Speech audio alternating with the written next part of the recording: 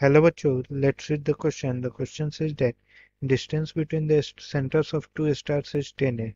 The masses of these stars are m and 16 m and their radii are a and 2a respectively. A body of mass m is fired straight from the surface of the larger star towards the smaller star. The minimum initial speed for the body to reach the surface of a smaller star is. So हमें question में बोला गया है कि दो star दिए गए हैं, एक का मास 16 m है, दूसरे का मास m है। बड़े वाले स्टार जिसका मास 16 m है उसका रेडियस 2a है और छोटे वाले स्टार का रेडियस a है। अब हमें बोला गया है कि एक पार्टिकल है जिसका मास m दिया गया है, वो इस स्टार से फायर किया गया है, ठीक है। अब हमें बताना है कि minimum value of initial speed जो इस पार्टिकल का होना चाहिए ताकि ये दूसरे स्टार को पहुंच जाए। तो हम देखेंगे कि जब ये पार्टिकल मान लीजिए कहीं यहाँ पे है, तो इसको ये बड़ा वाला स्टार अपने तरफ पुल करेगा और छोटा वाला स्टार अपने तरफ पुल करेगा। तो हम कोई भी एक हाइपोथेटिकल सिचुएशन देखेंगे तो इस पार्टिकल को इतना मिनिमम इनिशियल स्पीड होना चाहिए या फिर मिनिमम काइनेटिक एनर्जी होना चाहिए ताकि वो उस लाइन को पार कर जाए, उस पॉइंट को पार कर जाए जिस पॉइंट पर इन दोनों स्टार्स के कारण ग्रेविटेशनल पुल जीरो है। मीन्स ये बड़े वाले स्टार का ग्रेविटेशनल पुल, अगर मान लीजिए बड़े वाले स्टार का ग्रेविटेशनल पुल यहाँ तक है, तो अगर इस पॉइंट को पार कर जाएगा तो फिर ये तो अपने आप इसको खींच लेगा।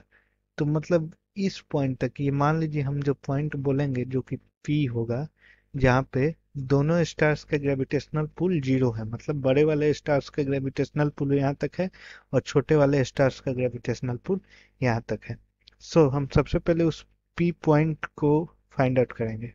द की सबसे पहले हम की concept of this question note down करेंगे।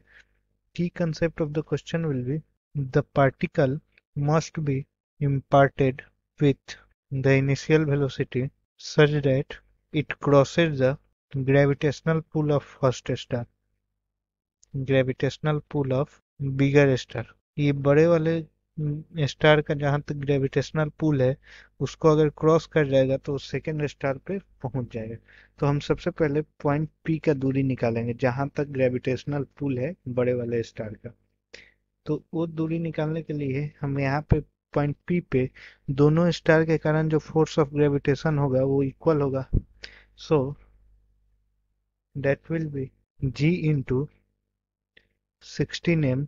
ये दूरी हम पी का इस स्टार के सेंटर से एक्स मान लेते हैं, ठीक है।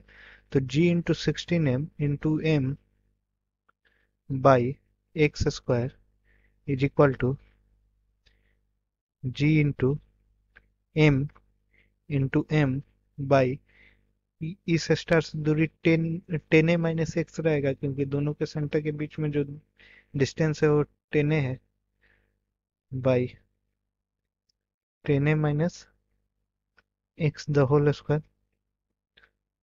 और इसको हम सॉल्व करेंगे तो हमारे पास यहाँ पे होगा x is equal to 8a।